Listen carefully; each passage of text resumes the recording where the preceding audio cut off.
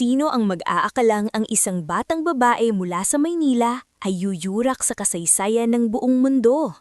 Hindi lang ito tungkol sa raketa at bola, ito ay tungkol sa dugong palaban. Sa araw na ito, hindi lang ranking ang nabago, kundi ang tadhana ng Philippine tennis. Alex Ayala hits world number 45. Ang unang Pilipina na pumasok sa top 50. Handa na ba kayong malaman ng mga luhang ibinuhos niya bago marating ang rurok na ito? Huwag kayong kukurap!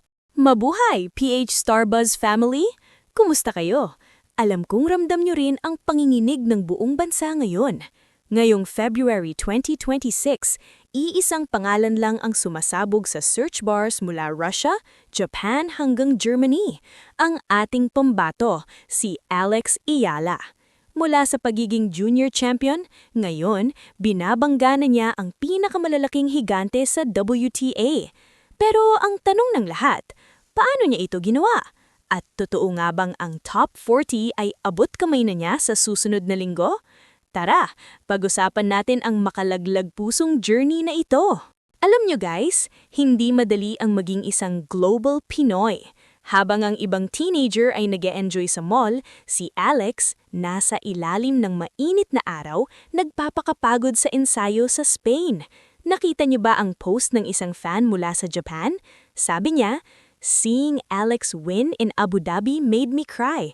As an OFW, she represents our hard work." Ramdam na andam niyo rin ba yon? Yung bawat palo niya ng raketa, bit-bit niya ang bawat pangarap nating lahat. Hindi lang ito score sa scoreboard, ito ay inspirasyon para sa bawat batang nangangarap na mapansin ng mundo. Balikan natin kung saan nagsimula ang lahat. Matagal nating hinintay na magkaroon ng muka ang tennis sa Pilipinas.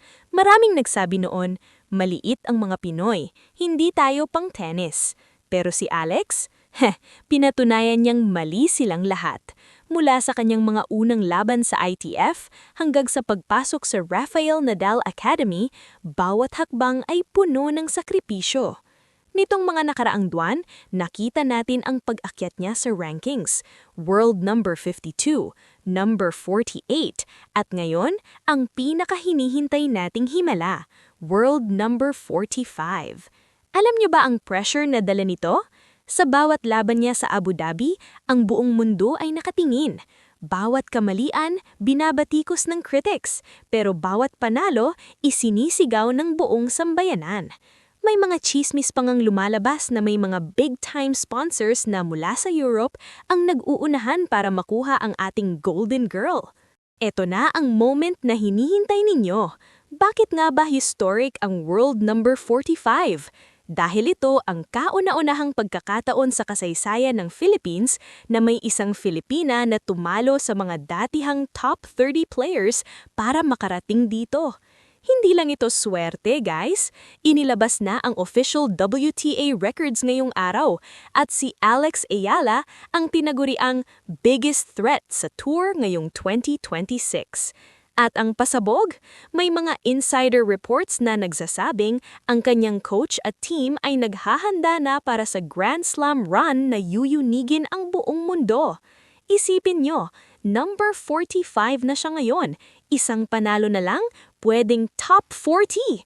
Wala nang makakapigil sa kanya. She is no longer just a rising star, she is now a world titan. Ano sa tingin nyo mga kabaz? Kaya na kaya ni Alex na pumasok sa top 10 bago matapos ang taon? Ang bilis ng pangyayari. Parang kailan lang pangarap lang natin to, pero ngayon, realidad na. Sa ating mga fans sa Russia, Japan, Germany, at syempre sa Philippines, isa lang ang sigurado. Alex Ayala has united us all. Bago tayo magpaalam, i-comment nyo naman ang inyong congratulations message para kay Alex sa baba. Babasahin ko yan lahat. At huwag kalimutang i-share ang video na ito para malaman ng buong mundo ang galing ng Pinoy. Hanggang sa susunod na pasabog dito sa PH Starbuzz.